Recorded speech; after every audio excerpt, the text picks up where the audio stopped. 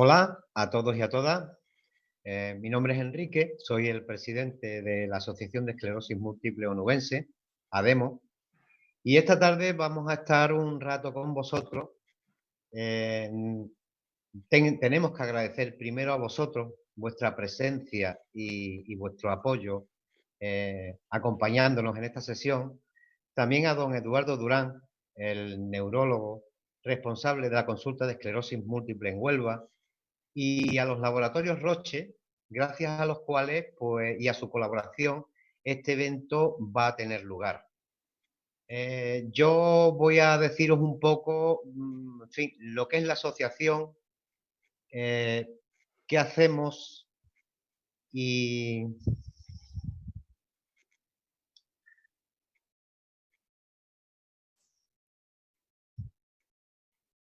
eh, ah, vamos, si me permitís un poquito.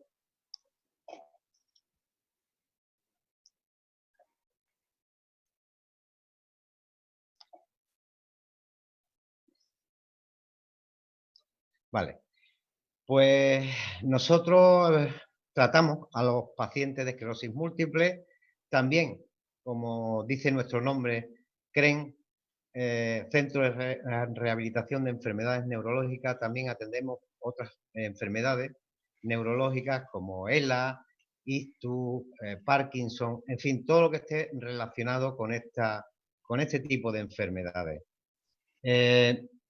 Nosotros lo que os damos es las gracias por ayudarnos a hacerlo lo visible, convertirlo en visible, lo invisible en visible, y ayudarnos a dar a conocer a nuestra asociación y nuestro trabajo.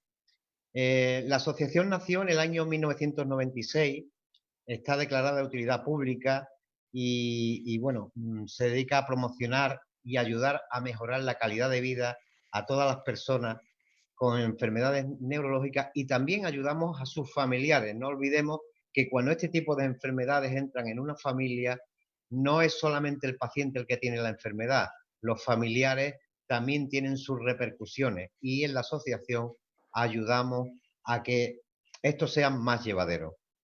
¿Qué ofrecemos? Pues desde servicios de atención social, fisioterapia, neurología, osteopatía, psicología, neuropsicología, terapia ocupacional, y hacemos muchos talleres, hacemos jornadas, en fin, nos movemos durante todo el año para ayudar a las personas que tienen enfermedades neurológicas, esclerosis múltiple, para ayudar a sus familiares y para hacer visible la enfermedad. De hecho, también hacemos unas jornadas en las universidades y unas jornadas científicas que este año, pues bueno, vamos a intentar hacerlas por esta misma vía, ya que en marzo tuvimos que suspender las jornadas en la universidad, como bien sabe Eduardo, y las jornadas científicas pues estamos en las mismas. Intentaremos hacerlas en los próximos meses de esta misma forma que bueno, para todos nosotros es nueva, pero parece ser que le vamos cogiendo un poco el aire con nuestros problemas y nuestros fallos, porque esto del teletrabajo estaba inventado, pero se ha puesto en marcha en los últimos meses, y además de una forma, como dice aquel, si, a dolor, ¿eh? Vamos a ver, en tiempos de pandemia está claro que los pacientes tienen muchas necesidades de tratamientos, de servicios, citas de servicio de neurología, mediación entre paciente y consulta, derivaciones a otras entidades y a otros profesionales, porque curiosamente en la asociación hemos tenido que cerrar en este confinamiento, porque a todos los pacientes que tratamos son personas vulnerables. Entonces, luego al final os contaré todo lo que estamos teniendo que hacer para poder reaperturar la asociación, que bueno, es un trabajo bastante importante, aparte de una inversión también bastante importante. También hemos observado que hemos recibido consultas y nos han pedido ayuda muchas personas con esclerosis múltiple que no están asociadas. Y aquí queremos decir las cosas claras. La asociación aparte de dar un servicio, un tratamiento, consejos legal, nos ayuda a ser más grandes. O sea, cualquier persona no asociada con esclerosis múltiple que llame a la asociación, por supuesto va a ser atendida. Pero si se une a la asociación, nos ayudará a ser más grandes. Y no es lo mismo 5 personas cantando que 50. A las 50 no les hace falta micrófono, a las 5 les va a hacer falta micrófono. Pido a aquellas personas que nos puedan estar viendo hoy, que no estén asociadas, que se pasen por la asociación cuando reaperturamos próximamente, que nos llamen por teléfono, que se enteren de las posibilidades, de las valoraciones que hacemos, de las ayudas que tenemos. Y yo creo que cambiarán el chip. Yo sé que es difícil, porque muchas veces entrar en la asociación es reconocer que se tiene la enfermedad. Y muchos todavía podéis estar en el plazo aquel de yo no tengo la enfermedad, a mí no se me nota, yo no estoy enfermo. Bueno, no os preocupéis, eso pasará, eso lo hemos pasado todo y al final llegará el momento en que tendréis que decirle a la enfermedad, muy bien, tengo que vivir contigo, pues vamos a vivir los dos juntos y ya está, y no pasa nada. Y veréis como hay muchas personas en la asociación que hacen su vida normalmente, que van a su trabajo todos los días, que tienen su familia, que tienen sus hijos y la enfermedad no está pudiendo con ellos y no se están encerrando en sus casas. Paso a paso. Tenedlo en cuenta simplemente cuando estéis en disposición de afrontar la enfermedad y de emprender el futuro que todos vamos a tener. Os lo dice alguien con 62 años y con 25 años diagnosticados. Y como veréis, bueno, yo estoy aquí. Y os espero a vosotros, que sois el futuro y seguramente mi relevo. Evidentemente, en estos tiempos tenemos 4 pilares. La adaptación. Tenemos que modificar muchas cosas. La reinvención. Nos tenemos que reinventar, pero no solamente a nivel de enfermedad, sino incluso creo que a nivel de vida. Nos vamos a tener que reinventar en muchas cosas, porque creo que el mundo ya no va a ser igual a partir de este momento. La solidaridad. Está claro que hay personas que están mejor, que están peor, que están afrontando el confinamiento mejor, que están teniendo problemas porque todo el mundo el confinamiento no lo está llevando igual. Y la voluntariedad. Tenemos que tener voluntad de seguir hacia adelante y de salir de todo esto. ¿Qué iniciativas hemos tenido? Pues en estos tiempos de confinamiento y de que no hemos podido salir de casa y que no hemos podido hacer muchas cosas, desde la asociación hemos seguido manteniendo la atención social. Hemos recibido muchas consultas de asociados y no asociados porque tenían muchas dudas, algunas de las cuales están reflejadas en una serie de preguntas que nos habéis hecho y que el doctor Eduardo intentará contestar después de su ponencia. Hemos hecho fisio online, que nuestra fisio ha estado en contacto con los pacientes. Va a hacer unas sesiones de fisioterapia neurológica y luego ha estado llamando a cada paciente para ver cómo iba, para ver qué ejercicios podía hacer. En fin, en ningún momento los miembros de nuestra asociación han estado abandonados. Veréis aquí que hemos atendido a personas asociadas, a personas no asociadas, 46 asociadas, en fin. Luego en NeuroOnline iniciamos una experiencia y ya la vamos a ofrecer como servicio. Empezamos a ofrecer los tratamientos para el deterioro cognitivo de forma online. Bueno, se ha tenido éxito. Ha habido muchos pacientes que evidentemente necesitaban seguir con los tratamientos porque su deterioro cognitivo era notable. Y bueno, aquí estáis viendo una fotografía de alguien que los está haciendo incluso con sus hijos al lado. Y les ha venido muy bien porque el deterioro cognitivo bueno, pues no ha seguido su camino y se ha paralizado. Ahora cuando abramos, bueno, pues habrá la opción de hacer estos tratamientos de forma online o de forma presencial, a elección del paciente, pero iniciamos la experiencia y ya la ofrecemos como servicio. En cuestión psicológica, pues estaréis viendo también que se han atendido pacientes, se han atendido grupos familiares, porque ya os digo que cuando los problemas subyacen, no solamente es el paciente, es su familia la que se ve afectada. Bueno, pues nuestro servicio psicológico también ha estado pendiente de los pacientes y de los usuarios para ver cómo iban, qué necesitaban y teniendo incluso sesiones telefónicas con ellos. Las iniciativas, pues las terapias, si me vaya a permitir, porque resulta que no veo la pantalla. ¿Eh? Hemos atendido a 9 personas. Y bueno, esta es una iniciativa que se ha tenido y tenemos que agradecer al Hospital Infanta Elena, que es donde se recogen la inmensa mayoría de los tratamientos de los pacientes, y a la empresa MRV y a la cabeza una persona maravillosa, se llama Fran, que para evitar que los pacientes tuvieran que ir al hospital a recoger sus tratamientos, con lo que eso implicaba de posibilidad de infección, de miedo, porque daba miedo ir a un hospital.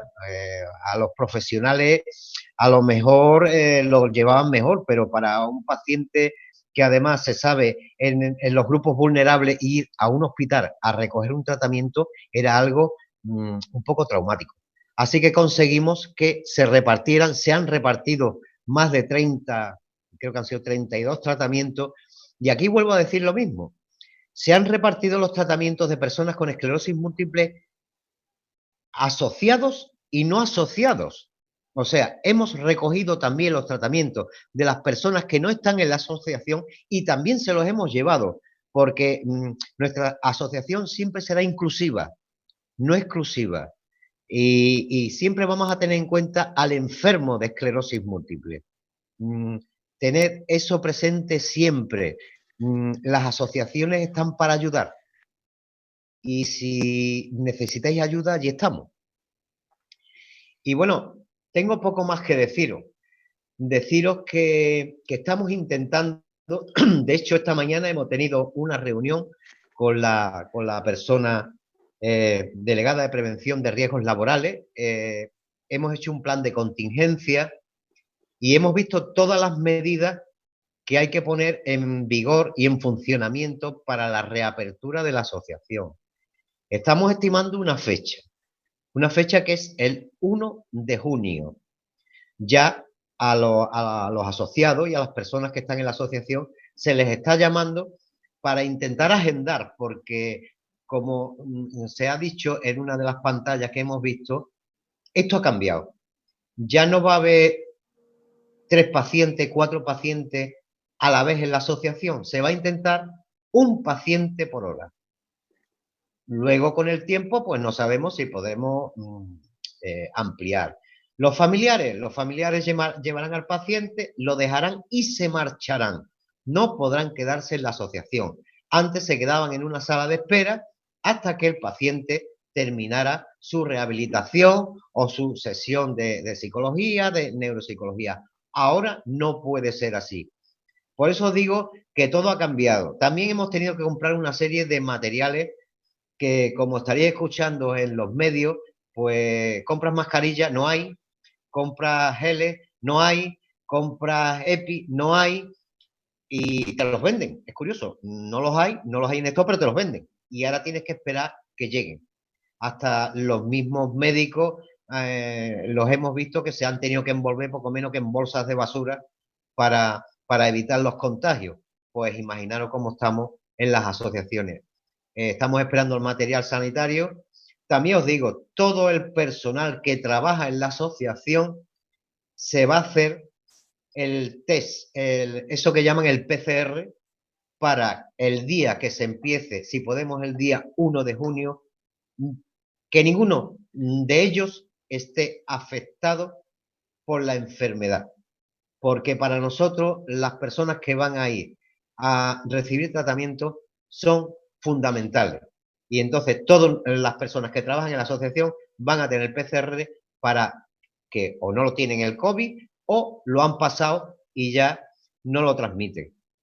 En fin, daros seguridad de que empezaremos de otra manera, nuestro trabajo será un poquito más complicado, pero la asociación volverá a funcionar y volveremos a prestar los servicios que prestábamos, con un poco más de distancia en el tiempo, de que antes, bueno, pues entraba a lo mejor un paciente en fisio, uno en neuropsicología y otro en psicología. Bueno, pues ahora van a entrar por hora, es decir, a la hora en punto va a entrar un paciente en psicología, a las 1:30 en fisio, a las 1:15 en neuro, de forma que ninguno coincida a la entrada en la asociación, ni tampoco evidentemente en la salida.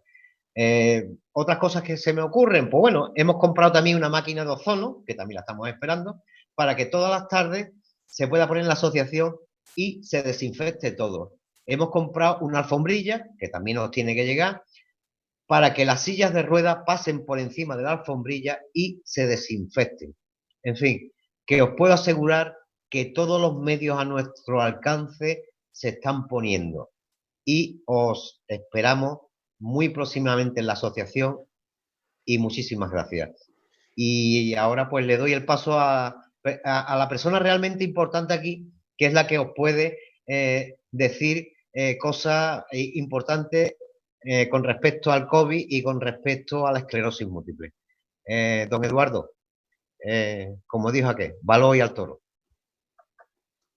Muy bien. Buenas tardes. Espero que se me oiga bien.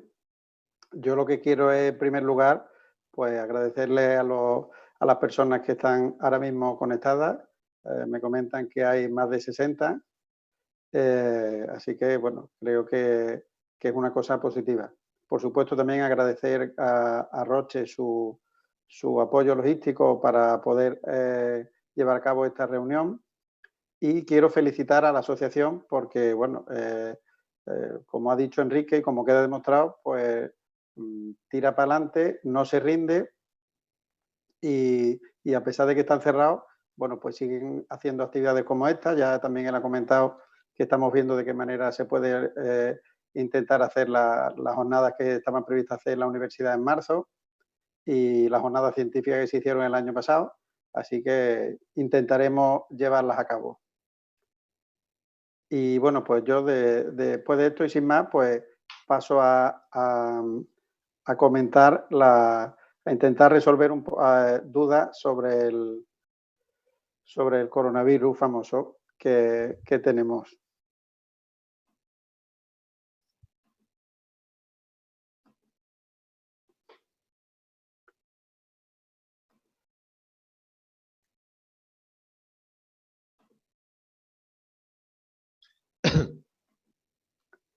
Bueno, lo primero también que quiero decir es que yo soy neurólogo, como todos ustedes saben, y no soy especialista en enfermedades infecciosas, ni epidemiólogo, ni preventivista, sino simplemente neurólogo. Y esto es un tema que nos ha afectado a todos y que hemos tenido que aprender un poco a marcha forzada y que todavía hay muchas cosas que no sabemos. Vamos a intentar aclarar las que sepamos, ¿vale? Bueno, yo creo que lo primero sería importante hacer una introducción y hablar un poquito porque estamos oyendo hablar de palabras que a lo mejor para los médicos son palabras más conocidas, pero no tanto para la población general. Estamos, por ejemplo, el título de esta jornada era pues la esclerosis múltiple en tiempo de pandemia y a lo mejor no tenemos claro lo que es una pandemia. Entonces, ¿qué diferencia entre una pandemia o una epidemia?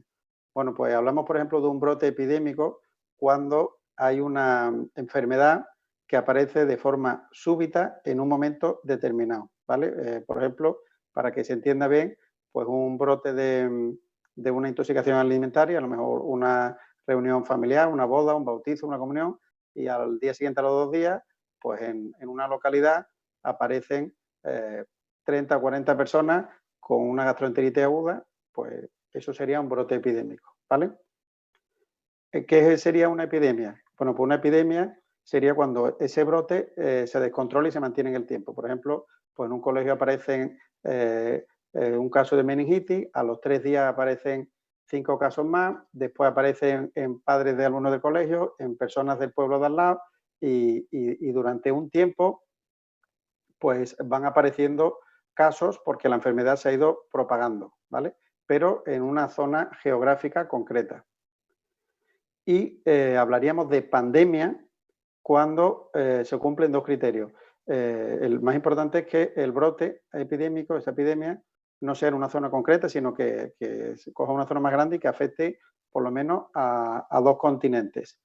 Y que llega un momento en que los casos ya no vienen de un país a otro, sino que en el país o en el continente nuevo, pues se van produciendo casos nuevos. Esto es lo que ha ocurrido con esta enfermedad, que empezó, como todos sabemos, en Asia, en China concretamente, y después pues se ha transmitido a otros continentes, por ejemplo a Europa, empezando por Italia, y bueno, pues ya también está en América, en fin, pues por eso se habla de pandemia, porque afecta a varios continentes y a más de uno, en este caso a varios, y además porque se produce una transmisión local. Ya una vez que llega la infección a una zona concreta, pues ahí se transmite entre personas de ese mismo lugar. Bueno, y también sabemos todo que esto se debe a un virus, porque el virus, el famoso virus, hay que ver el virus, y a lo mejor no tenemos claro la diferencia entre un virus y una bacteria, o si es lo mismo, o qué es un virus. Bueno, pues vamos a intentar aclararlo. Un virus sería una partícula muy simple, muy sencilla, tan sencilla que lo único que tiene es material genético, puede ser ADN, ácido desoxinucleico, o ARN, ácido ribonucleico.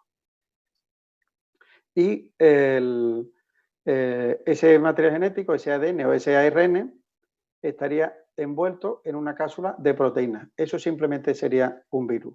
Entonces, como no tiene, digamos, por decirlo de alguna manera, infraestructura para reproducirse, pues tiene que infectar a otras células y utilizar los componentes de esa célula para poder desarrollarse. Y habitualmente pues produce un daño en esa célula porque entra dentro de ella y utiliza sus como decía, sus orgánulos que tiene esa propia célula. Entonces, aquí veríamos a la izquierda lo que sería un virus, ahí en negro sería el material genético, en este caso ARN, el ácido ribonucleico, que es el coronavirus, y esta cápsula con estas proteínas, ¿vale? Esto que está ahí en verde, que serían antígenos. Y lo comento también porque después vamos a ver, cuando hablemos de los test, lo que detectamos. Y después en este cuadro de la derecha tengo puesto las diferencias entre un virus y una bacteria. Un virus, como hemos dicho, no llega a ser ni siquiera una célula, porque son más pequeñas que las bacterias y necesitan estructuras de una célula para vivir. La bacteria es un organismo que es unicelular, está formado por una sola célula y, por tanto, tiene una capacidad de reproducción independiente. Y hay algunas bacterias que son beneficiosas para el organismo. Por ejemplo, en la famosa flora intestinal, pues son bacterias que están o en nuestra propia faringe, en la garganta, o en otra zona, pues hay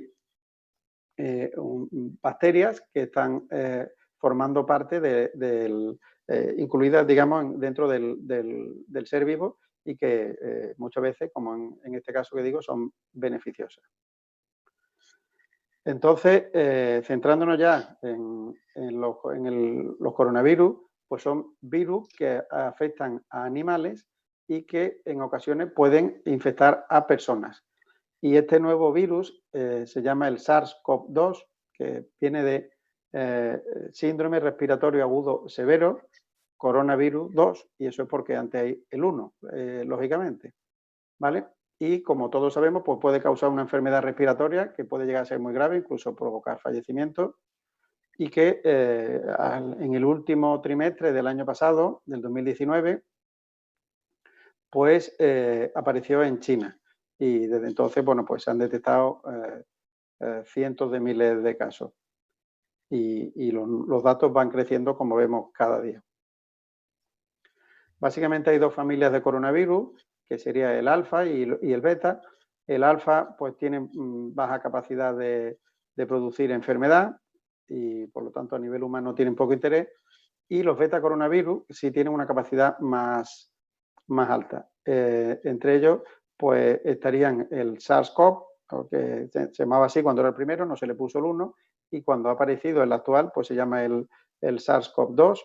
Y el 1 pues provocó un brote en el año 2003 y en el 2012 apareció uno, el que se llamaba MERS, el Middle East Respiratory Syndrome, que ahora veremos que tuvieron una serie de fallecimientos, pero ni mucho menos comparable con esto y por eso pues, tuvieron muchísima menor repercusión mediática.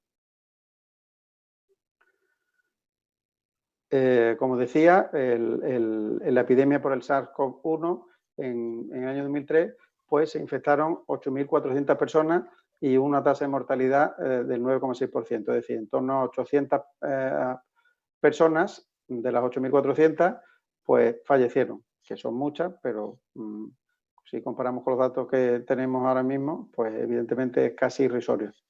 Y el MERS-CoV, pues esa enfermedad pues provocó 690 muertos. Tenía una tasa de mortalidad del 36%, pero solo se infectaron 1.936 personas. Por lo tanto, pues eso tuvo bastante menos repercusión.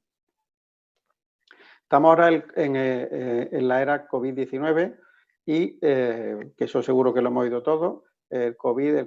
¿Y de dónde viene COVID? Bueno, pues COVID es un acrónimo del inglés de Coronavirus Disease, es decir, enfermedad por coronavirus. Por tanto, la COVID-19 sería la enfermedad, que es la traducción del disease, provocada por el coronavirus, y 19 por el año en que apareció. Y el virus sería, como hemos comentado antes, el SARS-CoV-2. Esto ya lo sabemos todo, pero bueno, está bien recordarlo, que es un virus respiratorio emergente, es decir, de nueva aparición, que su periodo de incubación entre pocos días y 2 semanas y que se transmite sobre todo por vía respiratoria y cuando el paciente está empezando con los síntomas, aunque, como decía, hay cosas que no sabemos, es posible que pueda transmitirse en la fase asintomática, es decir, cuando o presintomática, cuando el paciente tiene la infección, ¿vale? Está contagiado, pero todavía no ha desarrollado síntomas. Aquí viene la transmisión, que es muy sencilla, como todos sabemos. La persona que está infectada tose o estornuda y esas microgotas con saliva, esas secreciones, pues tienen virus y una vez que esos virus se propagan, pues pueden entrar en contacto con la persona o con objetos. Y si permanecen en objetos, pues y la persona toca ese objeto y después se lleva la mano a los ojos, a la nariz o a la boca, pues se infecta. O si directamente nos llega esa secreción a nuestra cara, ¿vale? Entonces, bueno, pues sabemos que por datos del Instituto de Salud Carlos III, que el contagio, parece que los pacientes, los enfermos o las personas, perdón, que estaban infectados pero que tenían pocos síntomas o síntomas leves han sido la principal causa de la expansión, que como acabo de decir, que la transmisión se produce mediante pequeñas gotitas al toser o al hablar o respirar y que es importante recordar la medida de higiene de lavado con solución hidroalcohólica porque el virus puede permanecer en varias horas, incluso varios días, en distintas superficies, como hoy tiene puesto, pues 24 horas en cartón y hasta 72 en plástico o acero inoxidable. Por eso hay que intentar pues, tener una higiene especialmente intensa durante la pandemia. Aquí sería como se replica el virus. Esto sería una célula, esto que está aquí, digamos, en color celeste debajo, y llega el virus y se une con esos antígenos de superficie que decíamos a un receptor que es el receptor de la enzima convertidora de angiotensina 2. Y ese receptor es especialmente abundante en las vías respiratorias, en el pulmón. Por eso el virus afecta sobre todo al pulmón, que es donde, digamos, esa es la cerradura que encaja con la llave, por decirlo de alguna manera, que sería el antígeno del virus. Y no entra o afecta mucho menos, aunque también a otros órganos. Una vez que entra, libera su material genético, su ARN, ¿vale? Lo replica utilizando, como decíamos, que no tiene los órganos propios de una célula, pues una célula tiene las mitocondrias, los ribosomas, el aparato de Golgi, en fin, una serie de organeles dentro del citoplasma, ¿vale? Dentro del interior de la propia célula. Pues el virus, como no tiene eso, entra en la célula. Decíamos al principio que necesitaba entrar en una célula para poder reproducirse, libera su material genético, lo replica y después forma con los ribosomas de esa célula que ha infectado, forma proteínas, que son las proteínas de la superficie, se forma un nuevo virus y este nuevo virus formado sale al exterior e infecta a nuevas células. En este caso, pues si ya ha entrado en el pulmón, pues infecta a las células, digamos, contiguas, con lo cual se va replicando y se va extendiendo ya la infección dentro del organismo de la persona. Esta enfermedad ha sido declarada por la Junta de Andalucía una emergencia de salud pública de importancia internacional porque se cumplen los 4 requisitos, que son que tenga una repercusión grave en la salud pública, que es evidente, que es una enfermedad que es inusitada o imprevista, pues seguramente si nos vamos al puente de Andalucía, ¿no? Si nos acordamos todo lo que estuvimos haciendo en el puente y nos hubieran dicho lo que íbamos a tener, ¿no? Pues por ejemplo, lo que ha pasado con la Semana Santa, el confinamiento que hemos tenido, esta situación de tantos fallecidos, el rocío, ¿no? Por decir cosas de aquí, de la provincia de Huelva, y muchas cosas que han pasado, y evidentemente las cosas afectivas no es lo más importante ni mucho menos, pero bueno, si no hubieran dicho todos los cambios que íbamos a tener en el puente de Andalucía, seguramente hubiéramos dicho que eso es imposible y realmente lo estamos viviendo. ¿Por qué? Porque era una cosa inusitada, imprevista. Tiene riesgo de propagación internacional, como ya hemos visto, y ha provocado restricciones importantes internacionales para los viajes y para el comercio, y de ahí la repercusión económica que está teniendo la infección. Bueno, en cuanto a la capacidad de contagio, pues hay un parámetro que yo lo desconocía, porque como decía al principio no soy epidemiólogo ni preventivista y ni me dedico a las enfermedades infecciosas, que se llama el número básico de reproducción medio, que viene a ser pues como la capacidad de contagiar que tiene un microorganismo, ¿vale? Y vemos aquí, al principio nos decían, bueno, pues esto es como una gripe. Bueno, pues vemos que la gripe tiene un número básico de reproducción medio de 1. Y el SARS-CoV-2, la enfermedad provocada por el coronavirus, pues de 2,2, es decir, de más del doble. Y otra diferencia es que la gripe tiene una vacuna y este no. Eso es lo que explica pues, lo contagioso que ha sido. Hay otras enfermedades conocidas que tienen mucha más capacidad de contagio. ¿Y por qué no se producen? Bueno, pues en el caso de las 3 últimas, sarampión, varicela y la parotiditis, la papera, porque están incluidas en el calendario vacunal y por eso no se producen esos contagios. Y el VIH es más contagioso, lo que pasa es que el VIH se transmite por vía sexual o por vía sanguínea. Entonces, evidentemente, la vía respiratoria, por el contacto físico entre las personas, es mucho más fácil que aparezcan los contagios que por otros métodos, como lo que ocurre con la infección por el virus de la inmunodeficiencia humana. Bueno, y en este vídeo que vamos a ver ahora mismo, pues se nos va a explicar el por qué es importante el tema del aislamiento. Este video es un resumen de un artículo del Washington Post que salió el día 14 de marzo del 2020 y lo hice principalmente para que mi familia y la gente en general tome conciencia sobre lo importante que es disminuir la movilidad o la frecuencia que nos movemos en el día a día, para que de esta forma bajemos la tasa de contagio del COVID-19 y principalmente disminuyamos la velocidad de propagación del virus. El artículo nos muestra una simulación de un pueblo con 200 habitantes, en los cuales existen tres tipos de personas: los sanos, los contagiados y los recuperados. Esta simulación no contempla las muertes y además propone que los recuperados no se vuelvan a enfermar. En el primer caso, todos los habitantes del pueblo se mueven libremente. El problema está en este punto: una gran cantidad de enfermos que requerirán distintos tipos de atención al mismo tiempo. Este es el peor escenario y es el que hay que evitar a toda costa. No hay sistema de salud en el mundo que aguante este caso.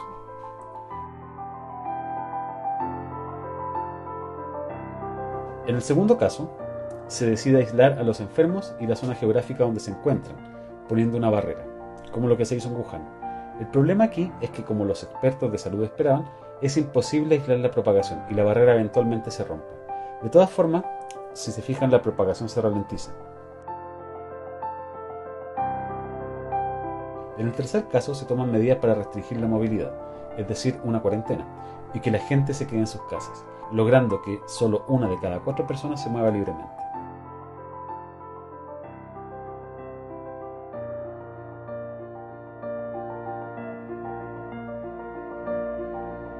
Y en el último caso se extreman las medidas, y se logra que la gente efectivamente se quede en sus casas, logrando que solo una de cada 8 personas se movilice.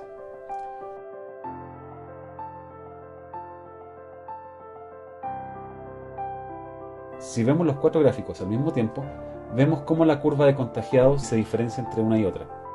En los últimos casos se ralentiza, y esto permitirá que no lleguemos al caso de tener a un gran porcentaje de la población enferma al mismo tiempo, demandando atenciones que ningún sistema de salud podrá satisfacer. Por eso, el llamado es a quedarse en casa todo lo que sea posible, salir solo lo necesario, aunque estemos sanos.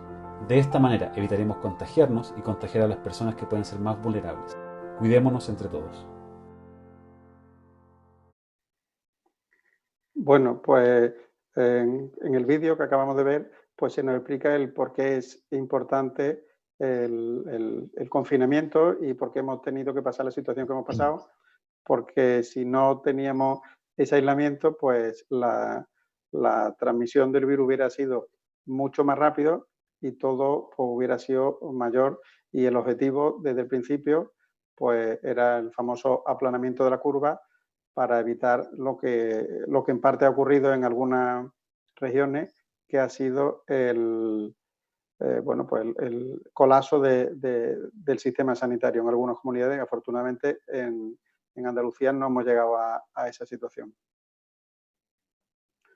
Bueno, en cuanto a las fases de la enfermedad, pues la enfermedad evidentemente es un continuo, pero los compañeros que han estado más intensamente luchando contra la enfermedad, pues, y que han ido aprendiendo, lógicamente, porque no había experiencia con este microorganismo nuevo, pues han visto que, digamos, había como 3 etapas. Una etapa inicial, que sería una etapa replicativa del virus, que ya hemos visto antes cómo se replicaba, en la que pues, bueno, pues el virus entraba y rápidamente se iban produciendo una gran cantidad de nuevos virus.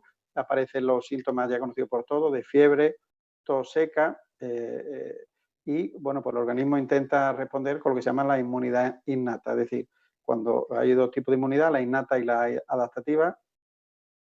La inmunidad innata es, bueno, pues la primera respuesta que tenemos, y la adaptativa, digamos, sería específica para una situación concreta. La segunda fase sería la pulmonar, en la que, bueno, pues se ha producido ya un daño en las células pulmonares, por lo que hemos visto que ese virus entraba a la célula y lo dañaba, se iba a la célula colindante y se producía ya un gran daño pulmonar, una neumonía, ¿no? Una infección respiratoria, y bueno, pues aparecían datos en muchos casos de insuficiencia respiratoria, de disnea, es decir, de sensación de ahogo, de falta de aire, de falta de oxígeno, y bueno, pues aparece ya después una tercera fase, que sería una fase hiperinflamatoria, ¿vale? En la que los pacientes, un porcentaje de ellos, pues son los que progresan hasta lo que se llama un SARS, un síndrome respiratorio agudo severo, que muchas veces ha sido el causante del fallecimiento. Y lo que ocurre en esta fase es lo que se llama una tormenta de citoquinas, ¿vale? ¿Y qué quiere decir eso?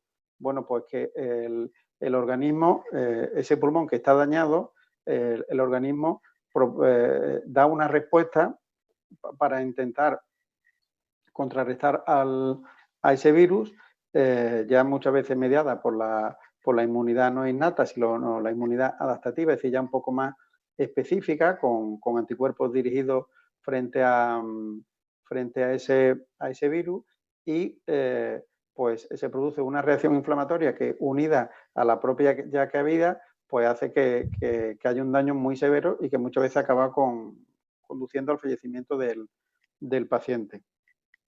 Lógicamente, como era la primera vez que cualquier organismo se enfrenta a este patógeno, a este microorganismo, pues nuestra inmunidad nunca se había enfrentado a un coronavirus igual, y entonces solo ha actuado en principio la inmunidad innata, porque no había inmunidad adaptativa, no había memoria inmune, no teníamos anticuerpos frente a un virus con el que nunca habíamos estado en contacto, lógicamente. Bueno, aquí un poco lo mismo, los distintos tipos de gravedad que puede aparecer con esta infección, desde una enfermedad no complicada o con síntomas leves o prácticamente sin síntomas, a una neumonía leve, una neumonía ya grave, una insuficiencia respiratoria importante y hasta una sepsis, es decir, una infección generalizada o que puede llegar a un shock séptico, que es una situación extremadamente grave, que es la que ha causado pues tantos fallecimientos como hemos tenido. Centrándonos ya un poco en pacientes inmunodeprimidos, bueno, que algunos pacientes de esclerosis múltiple lo están, y ya así voy contestando algunas de las preguntas que después veremos al final. Bueno, pues sabemos en este artículo que se hizo una revisión de pacientes con esclerosis múltiple en el Reino Unido, siguieron a pacientes recién diagnosticados entre el 2001 y el 2016, en concreto 6.932 pacientes, y en Estados Unidos entre el 2004 y el 2017 con un número de casi 8.700. Y los emparejaron con pacientes que no tenían esclerosis múltiple, que tenían igual edad, igual sexo, ¿vale? Y se le siguió y se pudo comprobar que los pacientes de esclerosis múltiple tenían un riesgo incrementado de infecciones en general con respecto a personas de la misma edad y sexo sin esclerosis múltiple. Pero, y es importante este pero, la ausencia de datos disponibles, debido a la ausencia de datos disponibles, pues el estudio fue incapaz de saber si ese aumento de riesgo estaba relacionado con algún tratamiento en concreto, o si estaba más en pacientes tratados o en pacientes no tratados. En cuanto al coronavirus, porque eso que hemos dicho son de infección en general.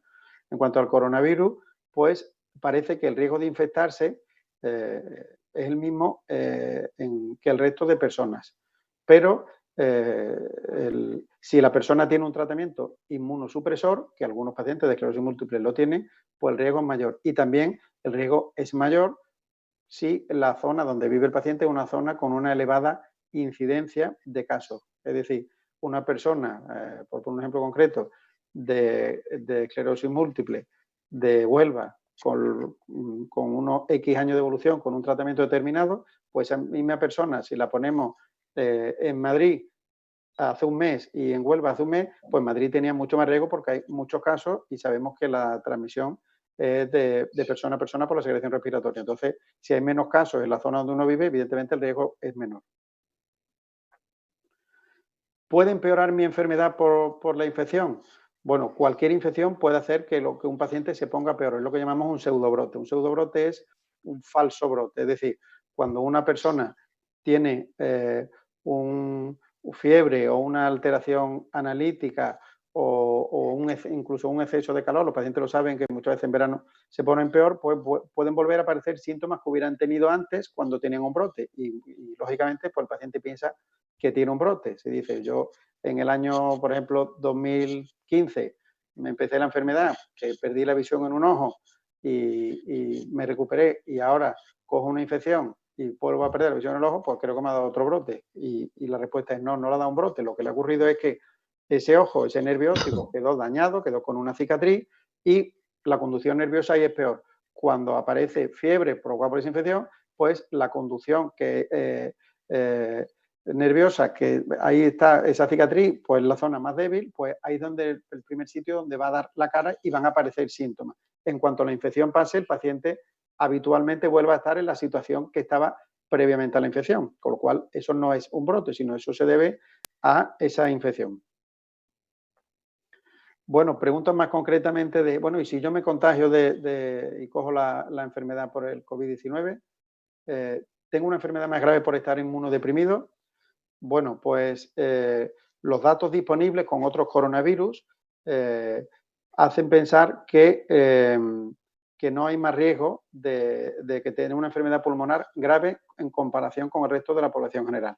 Los brotes que hemos comentado antes del SARS y el MERS del 2002 y del 2002 y el 2013, pues los pacientes que estaban sometidos a trasplante o quimioterapia u otros tratamientos inmunosupresores, pues no tuvieron más muertes que la población general. Y una cosa que es curiosa, que es interesante, es que en esta fase inflamatoria, en esta fase de tormenta de citoquinas, pues la inmunosupresión sea beneficiosa. Hemos dicho que en esa tercera fase nuestro sistema inmune lo que hace es atacar al virus con mucha intensidad, ¿vale? Y se produce una reacción inflamatoria muy importante. Y eso es algo parecido a lo que ocurre en la enfermedad. En la enfermedad lo que ocurre es que, a la esclerosis múltiple me refiero, lo que ocurre es que nuestro sistema defensivo ataca a nuestro sistema nervioso central, al cerebro o a la médula, ¿vale? Y provoca una reacción inflamatoria. Y lo que hacemos es mandar fármacos para controlar las defensas, ¿vale? Por lo tanto, si la persona ya tiene sus defensas un poco controladas, reguladas, moduladas, de ahí el nombre de inmunomoduladores, o suprimidas, pues puede ser incluso beneficioso. Porque esa tormenta de citoquina, esa reacción inflamatoria, no sería tan severa. Bueno, aquí se explica lo que he comentado antes. Aquí a la izquierda sería la inmunidad innata, que es la primera línea de defensa, y ya después la inmunidad adaptativa, que es sobre lo que actúan los tratamientos. Con lo cual, esto es lo que explica que los pacientes no tengan más riesgo, porque los tratamientos, como saben, actúan sobre todo sobre los linfocitos T y los linfocitos B, ¿vale?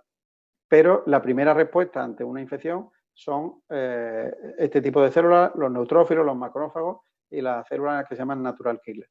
Y estos son la inmunidad innata, que no se ve afectada por los tratamientos, y esta es la primera respuesta, con lo cual, una vez que el virus se ponga en contacto con nosotros, pues aunque una persona pudiera tener las defensas más bajas, si las tuviera, tendría más la inmunidad adaptativa, es decir, esta de aquí, no la innata.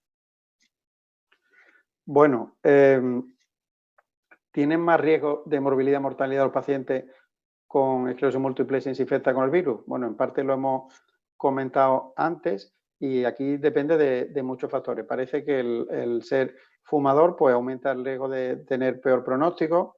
Si el paciente tiene una movilidad reducida, pues parece que eso también puede empeorar el pronóstico, sobre todo si tiene una debilidad de las extremidades superiores, que muchas veces se asocia con debilidad de los músculos respiratorios. La edad, como ya todos hemos visto en las noticias, la obesidad y, evidentemente, el tener una broncopatía previa, como asma o enfermedad pulmonar obstructiva crónica, tener cualquier enfermedad del aparato respiratorio, pues si ya el aparato respiratorio está de por sí dañado, pues digamos que llueve sobre mojado. Y hay muchos pacientes que se han planteado, en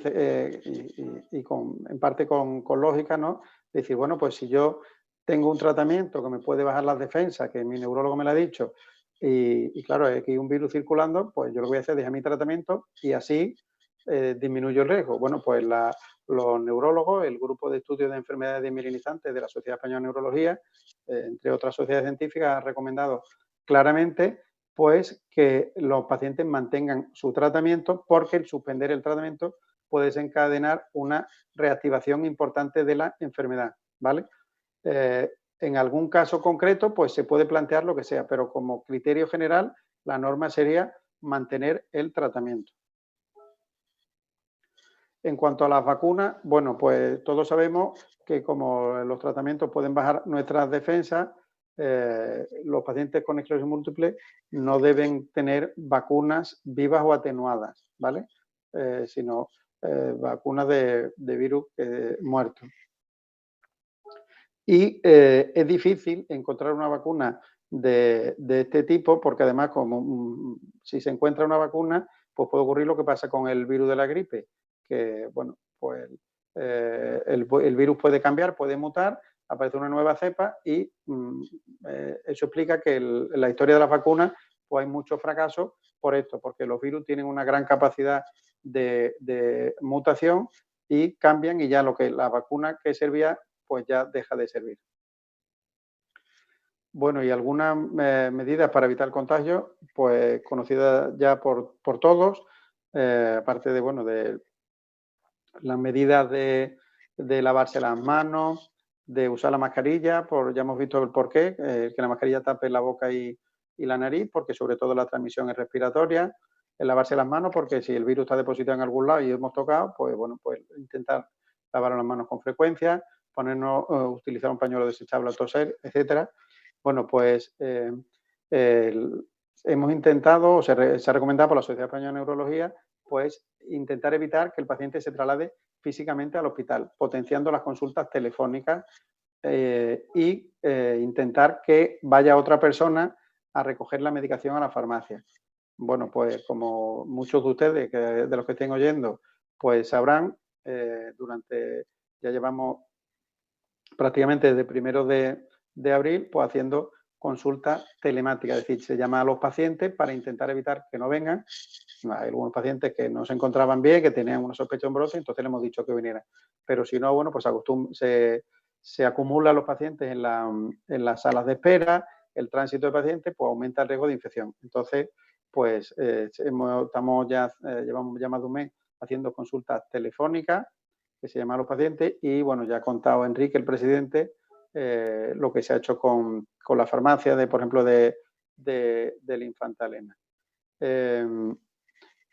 Y después, bueno, pues también recomienda la Sociedad Española de Neurología, pues intentar evitar la visita al hospital, y si hay que ir, pues solo para lo estrictamente necesario, un paciente que se encuentre muy mal, o para administrarse un tratamiento intravenoso, ¿no? En el hospital de día.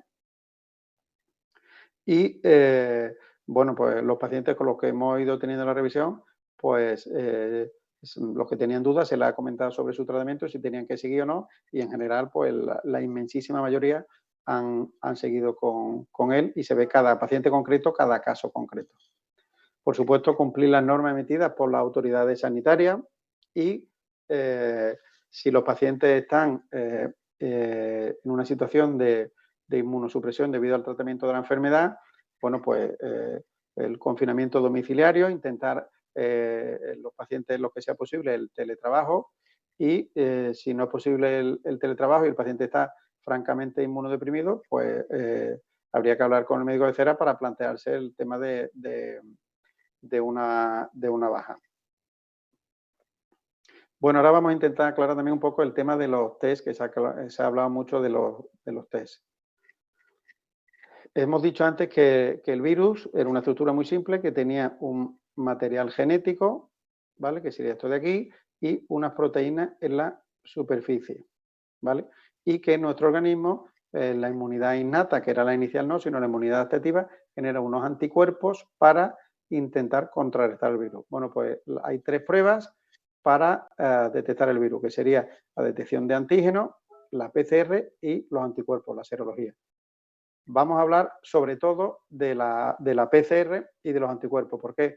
Pues porque la detección de antígenos tiene una sensibilidad baja, es decir, una escasa capacidad para detectar el virus que la prueba de positiva cuando el paciente realmente tiene el virus. Por lo tanto, lo que se utiliza sobre todo es la PCR y la serología. La PCR lo que detecta es el material genético, y la serología lo que detecta son los anticuerpos.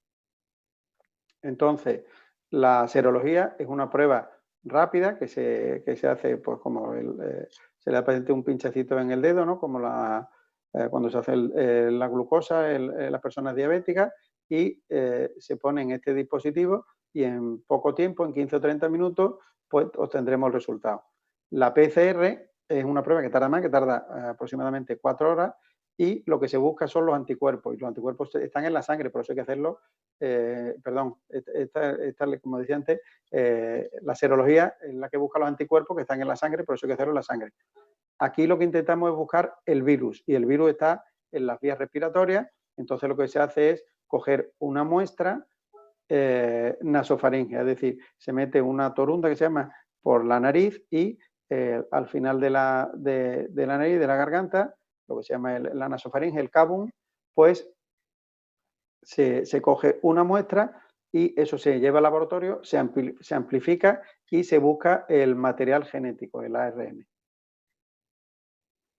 Entonces, bueno, pues esta sería la PCR, que significa reacción en cadena de la polimerasa, una muestra respiratoria que lo que busca es el ARN del virus, y los test rápidos, los antígenos de superficie, que ya hemos dicho que son menos sensibles, que no se utilizan, y el otro test rápido, que sería la serología, que es la detección de anticuerpos. Esto es una clasificación según la rapidez, uno que es rápido, unos 15 minutos, y la PCR que tarda unas 4 horas.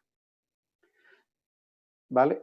Entonces, por tanto, y a modo de resumen, dos tipos de test: la PCR, que es lo que se busca el material genético que se coge de la nasofaringe y dura unas 4 horas, y la serología, que es en la sangre, que lo que busca es anticuerpos y que tarda 15 o 30 minutos.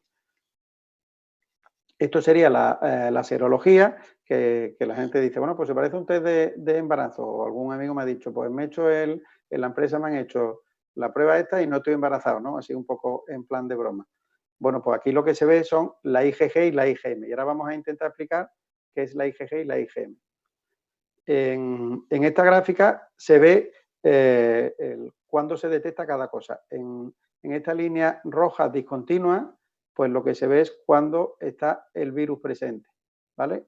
Es decir, cuando la PCR sería positiva. Sobre todo, es positiva desde el principio, que es cuando está, y después el virus ya va desapareciendo. Esto sería la fase replicativa que decíamos al principio, que el virus crece inusitadamente. La serología son los anticuerpos que se producen contra el virus, y eso no sale en un día ni en dos, sino que ya lo hemos dicho antes, lo vuelvo a repetir, hay dos tipos de inmunidad, de sistema defensivo: la innata, que es la primera respuesta, y la adaptativa, que va dirigida al virus. Y entonces el cuerpo fabrica unos anticuerpos contra ese virus, pero primero lo tiene que ver, reconocer y fabricar los anticuerpos, digamos, coger el patrón o el molde y ya empezar a fabricarlo una vez que sabe cuál es la estructura de ese virus. Entonces, eso tarda un poco más. Y la diferencia entre la IgM, IG significa inmunoglobulina, ¿vale? La IgM o la IgG es que la IgM aparece al principio y está durante un tiempo limitado, y la IgG tarda más en aparecer, pero ya se queda para siempre, ¿vale? Y por ejemplo, pues eso, por eso tenemos, cuando cogemos una infección, por ejemplo la varicela, pues la pasamos una sola vez. ¿Por qué? Porque, o el sarampión, cuando no existía vacuna. ¿Por qué? Porque yo cojo la infección, el virus me llega por primera vez, se producen los IgM para intentar destruirlo, y después se queda la IgG, que son como unos anticuerpos de memoria. Más adelante el virus va a volver a entrar en contacto conmigo, pero yo ya estoy preparado, yo ya tengo unos anticuerpos de memoria y ya no tengo que buscar un patrón, fabricar y fabricarlo, sino que ya están ahí y salen inmediatamente, por eso ya no me vuelve a infectar. Eso ya se queda para siempre, ¿vale? Entonces, gracias a eso, podemos saber en qué momento de la infección está la persona. Entonces, así, en la fase muy incipiente, muy inicial, pues el virus ya estaría presente, la PCR sería negativa porque ya está el virus, pero todavía no da tiempo a producir anticuerpos, no habría ni IgM ni IgG. En la fase temprana sigue estando el virus, claramente, y ya empiezan a aparecer, la IgM, ¿vale? Que son los anticuerpos de respuesta rápida, pero todavía no tendríamos la IgG. En una fase ya más activa de la enfermedad tendríamos todo, la IgM, la IgG y la PCR sería positiva. Llega un momento que desaparece la IgM y ya lo que queda es la IgG, que ya se va a quedar para siempre, y todavía hay virus, y ya al final, cuando la persona está curada, pues no hay, la PCR es negativa, la IgM Ay, la flecha no me sale. La PCR es negativa, la IgM es negativa porque eran los anticuerpos iniciales y ya se queda para siempre la IgG. Entonces, si una persona, la interpretación sería esto. Si una persona tiene es todo negativo, pues quiere decir que no tiene la infección y que no está en contacto. Si solo tiene la PCR positiva, es que la infección en una fase muy precoz, una fase muy inicial. Si tiene la PCR y la IgM, es una fase inicial, pero un poquito no tan incipiente. La fase ya media, la fase más aguda, aunque más evolucionada que la anterior, estaría todo positivo, la PCR porque tengo el virus, los anticuerpos inmediatos y los anticuerpos que ya se van a quedar para siempre. Después ya desaparecen la IgM, que es transitorio, y ya se quedaría solo, porque sigue teniendo el virus, la PCR, la IgG, y ya cuando estoy curado, la PCR es negativa, la IgM negativa, y ya se me queda para siempre la IgG. Si ocurriera esto, pues que tuviera la IgM positiva, pero no tuviera la PCR, pues lo más probable es que fuera un falso positivo de la IgM o un falso negativo de la PCR. Bueno, y aquí la adaptación que hemos tenido que tener un poquito en la consulta. Primero quiero dar unos datos sobre la enfermedad.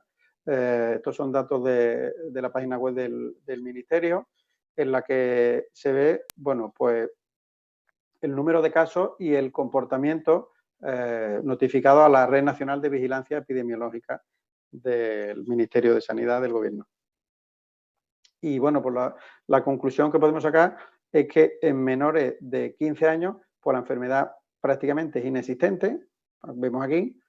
Entre los 15 y los 60 años, pues los casos son leves, que sería en azul, que no precisan hospitalización, y va aumentando a lo largo que aumenta la edad, la hospitalización, ¿vale? Y a partir de los 60 años empieza a incrementarse el riesgo de acabar en la UCI, que sería la barra naranja, y la barra roja sería las defunciones, que empieza a aparecer a partir de los 50 y sobre todo mientras va aumentando la edad, pues hay más riesgo. Vemos como la barra roja pues va aumentando claramente con la edad.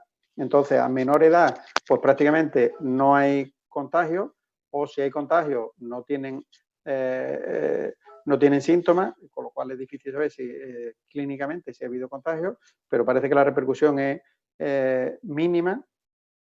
En las edades medias, que serían entre los 15 y los 60 años, pues el riesgo es mayor, pero la mayoría de los casos, vemos aquí que siempre hay más casos no hospitalizados que hospitalizados, aunque eso va cambiando con la edad, pero sigue siendo hasta los 60 años, pues el riesgo de tener complicaciones importantes, aunque hay pacientes aquí, lógicamente, que están en la UCI y algunos que han fallecido, pero evidentemente el impacto de esto es mucho menor que comparar con otro grupo etario. A partir de los 60 años, si uno con la infección ya tiene más riesgo de acabar hospitalizado y de ingresar en la UCI y de fallecer, y esto pues ya sigue de forma exponencial en las edades más avanzadas, en las que vemos como que hasta las personas de más de 80 años, pues la mortalidad llega a ser superior incluso al 15%. Estos son datos de hoy y lo que vemos es, bueno, pues que en nuestro país hay 27.100 fallecidos, y estos son fallecidos oficiales, porque se habla de que seguro que hay más casos, porque hay personas que hayan fallecido, pero que aunque tengan la enfermedad, si no se le llegó a detectar o no se le hizo ningún test, pues es un caso sospechoso pero no confirmado, con lo cual no está computado aquí. Se estima que puede haber hasta 40.000 casos. Pero bueno, los oficiales serían estos. 228.000 confirmados, que son personas que le hayan hecho la prueba. Y a nivel mundial, pues esto explica que sea una pandemia, que hay más de 4 millones de personas a día de hoy y casi 300.000 muertos. Y repito, esos son datos oficiales, que seguro que hay personas en todos los grupos que no están contabilizadas.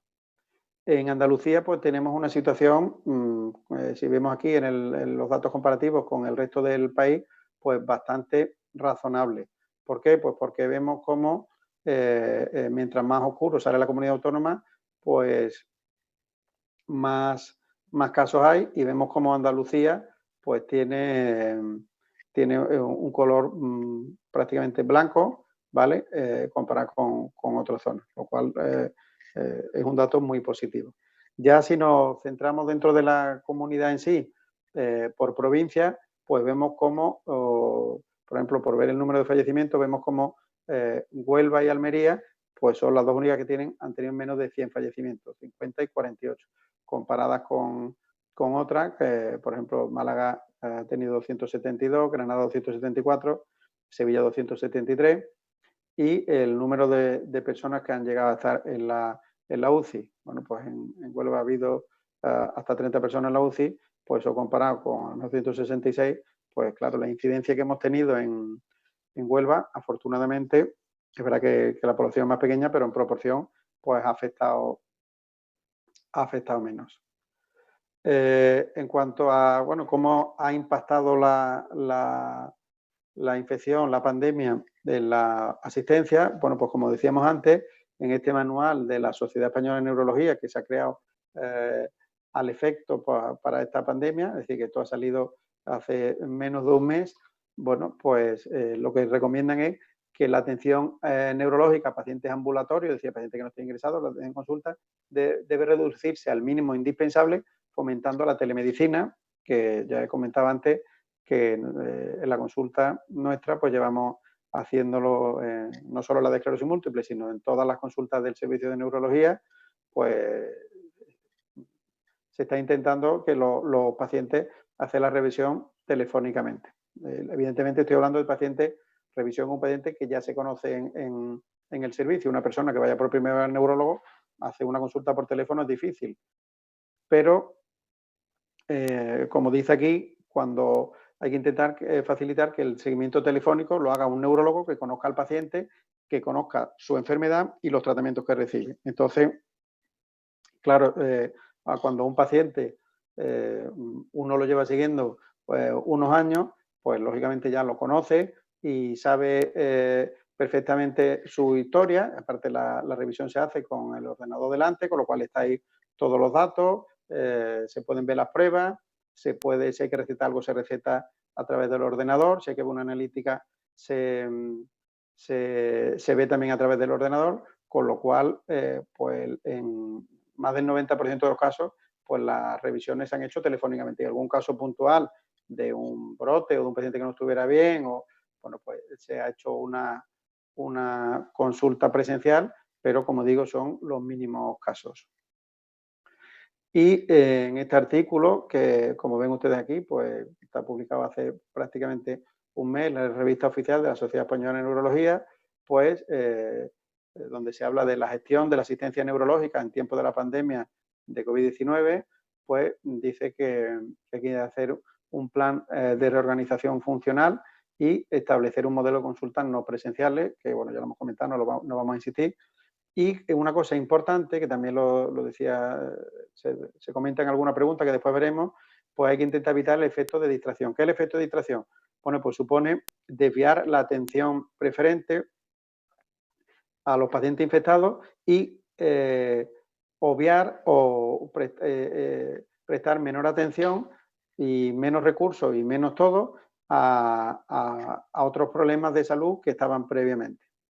Porque, bueno, cuando está en los medios de comunicación todo el día el coronavirus, el COVID, la pandemia, los fallecidos, que evidentemente eso había que atenderlo, pero los pacientes que tenían enfermedades neurológicas crónicas, como una enfermedad de Parkinson, una enfermedad de Alzheimer, una esclerosis múltiple, una epilepsia, o agudas, como por ejemplo una persona que le haya dado un ictus, pues esas personas hay que seguirlas atendiendo, independientemente de que, por supuesto, haya que atender a las personas que se hayan visto infectadas por el coronavirus. Esto es un documento creado por compañeros de Madrid, de consultas de esclerosis múltiple, donde ellos dan su opinión sobre qué hacer con la resonancia y las analíticas de los pacientes con esclerosis múltiple durante la pandemia, ¿no? Y dice, bueno, pues que la resonancia hay que intentar no demorarla, las que sean para descartar o bien una complicaciones de los tratamientos, por ejemplo, una leucoencefalopatía multifocal progresiva, o en pacientes que esa resonancia vaya a producir un cambio de tratamiento. Es decir, un paciente, por ejemplo, que haya tenido un brote, que nos planteemos cambiar de tratamiento, es importante hacer una resonancia. Y dice que la resonancia de rutina, ¿no? Pues de vez en cuando le decimos a los pacientes, bueno, pues vamos a hacer una resonancia que hace 2 años que no se hace una resonancia, o hace 3 años, o hace X años. Bueno, pues dice, la resonancia de rutina para valorar la actividad podrían posponerse. Claro, evidentemente, podrían posponerse no quiere decir que hay que posponerla, sino que si las circunstancias no permiten hacerla, bueno, pues son, digamos, demorables. No es demorable una cosa por un tema de seguridad o de eficacia de un fármaco. Afortunadamente, como decía, bueno, pues estos son compañeros de Madrid. En Huelva hemos tenido una incidencia mucho más baja. Ellos se han visto en Madrid desbordados y seguramente han tenido que hacer eso. Nosotros no hemos tenido que dejar de hacer resonancia a los pacientes porque no ha sido necesario, porque bueno, no hemos tenido ese nivel de colapso del sistema sanitario. En cuanto a las analíticas, bueno, pues no se deben de posponer, que también hay muchos pacientes que han llamado, oiga, que yo me tengo que ir a hacer la analítica. Es verdad que en algunos centros de salud o muchos centros de salud no funcionaban, que solo atendían lo mínimo, por lo mismo, por el riesgo de infección, pero las analíticas no se hacen por gusto, sino que se hacen porque los tratamientos que utilizamos pueden dar efectos secundarios que se detecten en la analítica, ¿no? Bajada de defensa, problemas de plaquetas, problemas de hígado, problemas de tiroides, etcétera, etcétera. Y entonces, bueno, pues es importante hacer esos controles analíticos periódicamente. Y ya para ir concluyendo la presentación, y a modo de resumen, bueno, pues nos enfrentamos a una pandemia producida por un virus nuevo con una capacidad de contagio que no es de los que más tienen, pero que evidentemente tiene una capacidad de contagio relevante y para el que no tenemos vacuna. Por lo tanto, la prevención de este contagio es la mejor herramienta con todas las medidas que hemos explicado. Los síntomas suelen ser respiratorios. Ya hemos dicho que el receptor por el que entra el virus, el receptor de la enzima convertidora de angiotensina, está especialmente presente en las células pulmonares, pero puede haber otros síntomas, por ejemplo, síntomas digestivos, también el tema del olfato, uno de los síntomas que aparece con cierta frecuencia es que los pacientes pierden el olfato o el gusto. Y hemos comentado también que la gravedad de los pacientes oscila mucho de unos a otros. Y hay pacientes que están totalmente asintomáticos y otros que llegan a fallecer, con ese grado tan grande de variación. La horquilla es muy amplia. Por lo que hemos visto, no parece que los pacientes con esclerosis múltiple tengan un riesgo especialmente alto de tener un mal pronóstico si cogen la enfermedad, incluso los inmunodeprimidos, y que incluso el estar inmunodeprimido por esta tormenta de citoquina que decíamos antes, pues puede llegar a ser beneficioso. Y hay 2 tipos de test, la PCR, que detecta el ARN, perdón, del virus, o la serología, que detecta los anticuerpos en la sangre. Ya hemos visto que uno es con la PCR, tarda más tiempo, tarda unas 4 horas y es una muestra de la nasofaringe, y la serología es una prueba de sangre que se detectan anticuerpos y es un test rápido que tarda entre 15 y 30 minutos. Y bueno, ya hemos visto también la diferencia entre la IgM, que eran los anticuerpos rápidos, y la IgG, que son anticuerpos que ya tardan más en aparecer, pero ya después quedan para siempre de memoria, que evitan nuevas infecciones. En cuanto a los datos epidemiológicos, pues Andalucía y especialmente Huelva han tenido una incidencia baja, afortunadamente, y esta situación ha modificado la asistencia a todos los pacientes neurológicos, incluidos los de esclerosis múltiple. Y nada, por poner una nota de humor al final, bueno, pues recuerden que es importante mantener la distancia social. Bueno, y ahora voy a comentar, la Asociación de Pacientes habilitó un correo electrónico para que los pacientes que tuvieran dudas pues pudieran remitir sus preguntas o sus consultas. Es posible que hayan surgido dudas nuevas, pero bueno, vamos a poner aquí las que hemos considerado más relevantes en relación con el tema.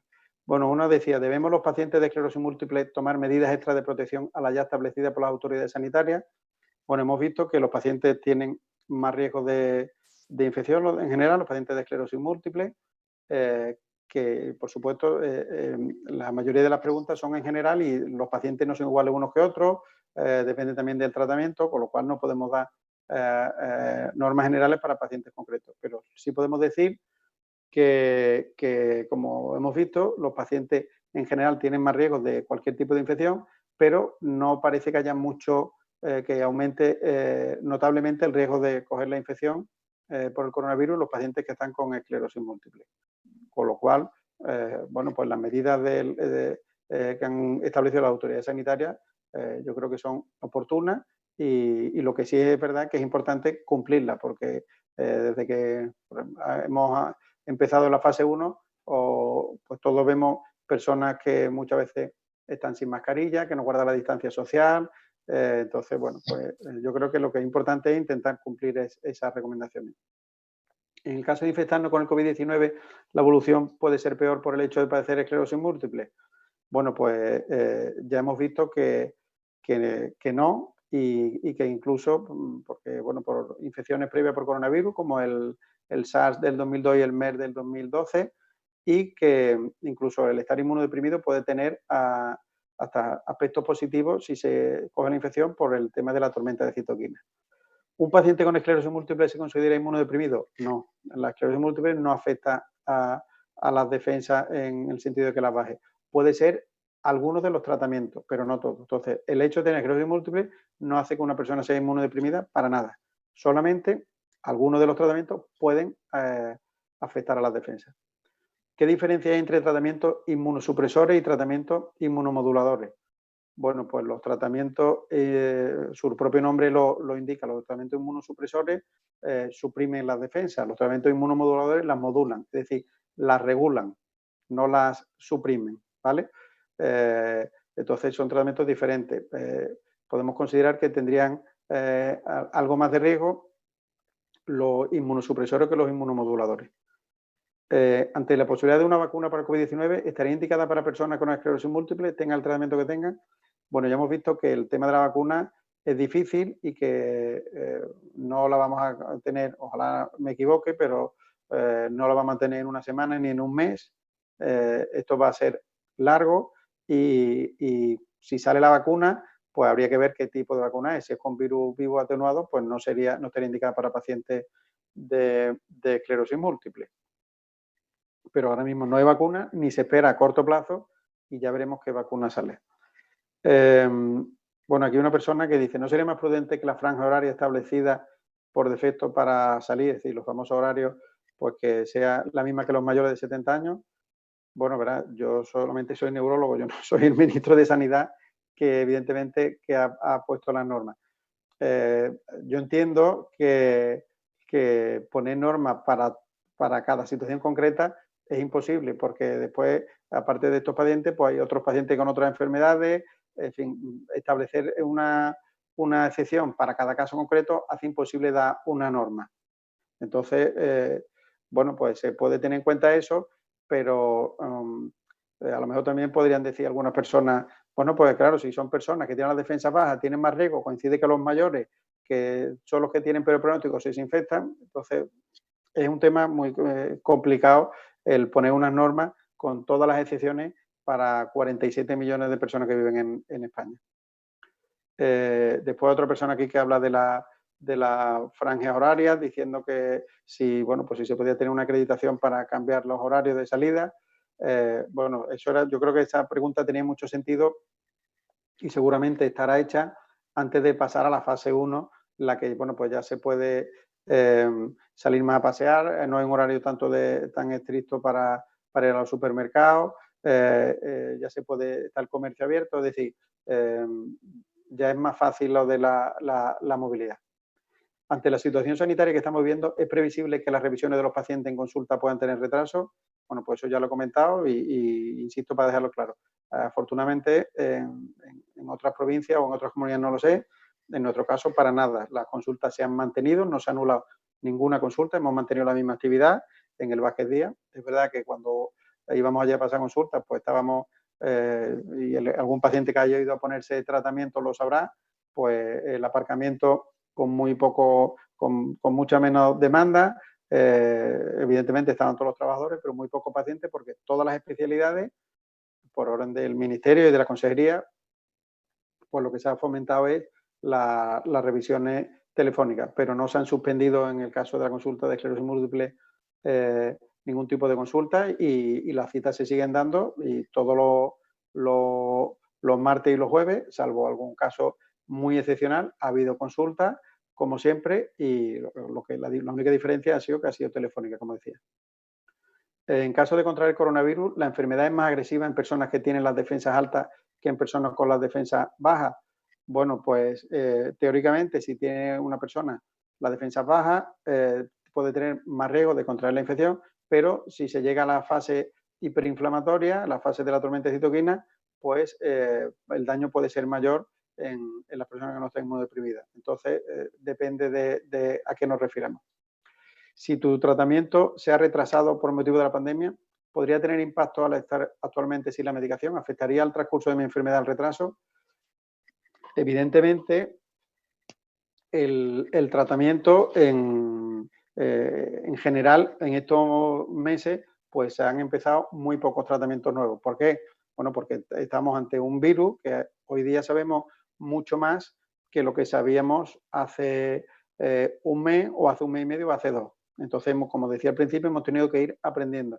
Entonces, como medida de precaución, tratamientos que son inmunosupresores, inmunomoduladores, pues cuando veíamos que había un día 100 muertos, al día siguiente 150, al día siguiente 500, 600, 800, hasta 800 y pico que hemos llegado, pues claro, es complicado tomar una decisión en ese sentido.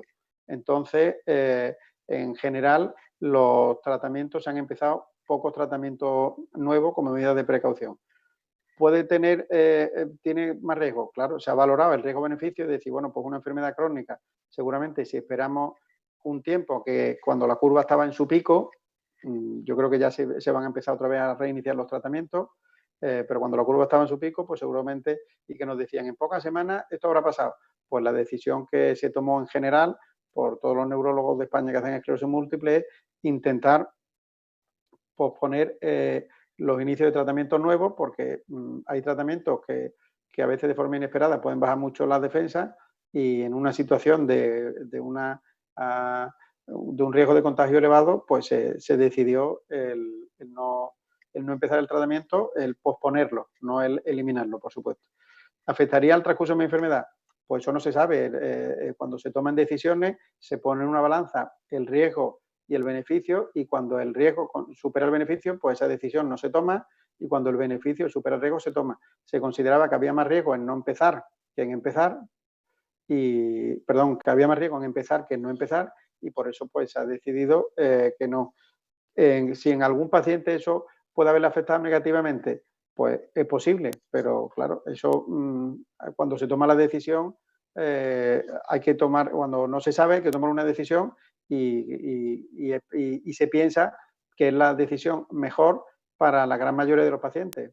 Para algún caso concreto, evidentemente, es imposible, pero hasta lo que yo sé, no ha habido problema en ese sentido por retrasar los tratamientos. Si el tratamiento inmunosupresor debería permanecer un tiempo sin salir de casa, en especial cuando me lo administre. Bueno, esto también depende mucho del tratamiento, porque hay tratamientos que son continuos, que se toman todos los días, con lo cual cuando me lo administre, pues eso va a ser diariamente, o una persona que se ponga una inyección cada semana, o un día sí, un día no, o 3 veces por semana, etcétera. Entonces, pues eso va a ser una situación mantenida en el tiempo. Hay otros tratamientos que no son continuos, sino que son en ciclo, en pulso, y se ponen durante un tiempo, entonces, y que pueden bajar las defensas y después las defensas se recuperan. Entonces, en ese tiempo sí hay que tener especial precaución. Bueno, dice una persona, he leído que hay medicamentos para la esclerosis múltiple que vienen bien para tratar el COVID-19. ¿Qué hay de cierto? Bueno, pues es totalmente cierto. Para el COVID-19 se han utilizado para tratar la enfermedad varios fármacos y uno de los, bueno, se han utilizado antivíricos, se ha utilizado un tratamiento que se utiliza entre otros, por ejemplo, para el artritis reumatoide o para el lupus, que es la cloroquina. Se ha utilizado también algún tratamiento para la antiinterleucina 6, que es una de las citoquinas que provoca la reacción inflamatoria. y uno de los que se ha utilizado es el interferón, por lo mismo, por su capacidad inmunomoduladora. Cuando se produce esa reacción hiperinflamatoria, porque las defensas actúan de forma excesiva, pues para intentar modular, regular, por decirlo de alguna manera, calmar esas defensas que están actuando de forma excesiva. Así que es cierto. Una persona dice, en mi caso, y supongo que habrá más personas, estoy de baja por ser de riesgo. ¿Qué tiempo aproximado tenemos que estar de baja? Pues es difícil de contestar a esa pregunta porque depende mucho del tratamiento y evidentemente cuando la enfermedad vaya apaciguándose, vaya amainando, que esperemos que sea más pronto que tarde, y el riesgo vaya siendo menor y se vayan avanzando en las distintas fases y veamos que hoy día vemos bien. Hoy creo que han sido 175 personas las que han fallecido. Y claro, si lo comparamos con abril, pues que eran 800 al día en algún momento, pues nos parece una cifra muy buena, pero 175 personas son muchas personas diariamente. Entonces, esperemos que esto vaya bajando y pueda, si no desaparecer, pues prácticamente desaparecer y que el riesgo vaya disminuyendo. Pero no se puede, como decía al principio, el tiempo concreto pues depende de qué grado de inmunosupresión tenga, qué tratamiento tenga, etcétera. Y después la última pregunta, dice, ¿conoce si ha habido algún caso de coronavirus en Huelva? Entiendo de pacientes de esclerosis múltiple porque de casos, como todos sabemos, sí ha habido. ¿Y cuál ha sido su evolución? Bueno, pues las noticias que yo tengo, y creo que sé todos los casos que ha habido, es que ha habido solamente un caso de paciente con esclerosis múltiple y la evolución ha sido muy buena. El paciente pues estuvo ingresado, estuvo con una neumonía y su recuperación pues ha sido totalmente satisfactoria.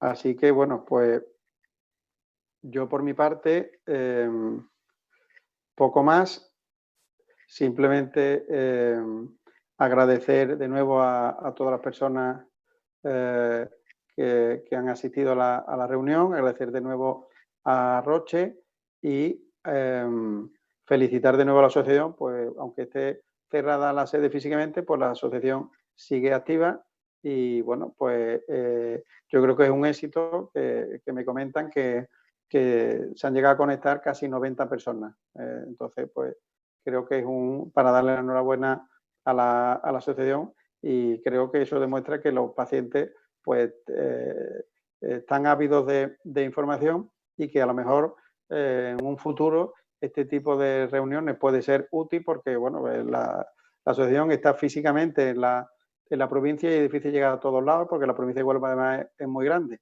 pero a lo mejor para personas que están en localidades que no estén cerca de Huelva, empezando en la sierra, en localidades costeras más Isla Cristina, Ayamonte o en el condado, pues puede ser una forma de estar en contacto con la asociación, por lo menos para planteárselo.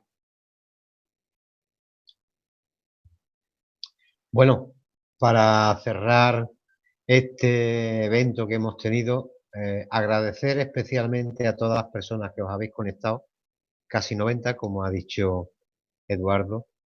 Espero que hayáis resuelto alguna de vuestras dudas, aunque todos tenemos muchas más y seguiremos teniendo. Agradecer a Eduardo que una vez más ha estado al lado de la asociación en un momento especialmente difícil como el que vivimos.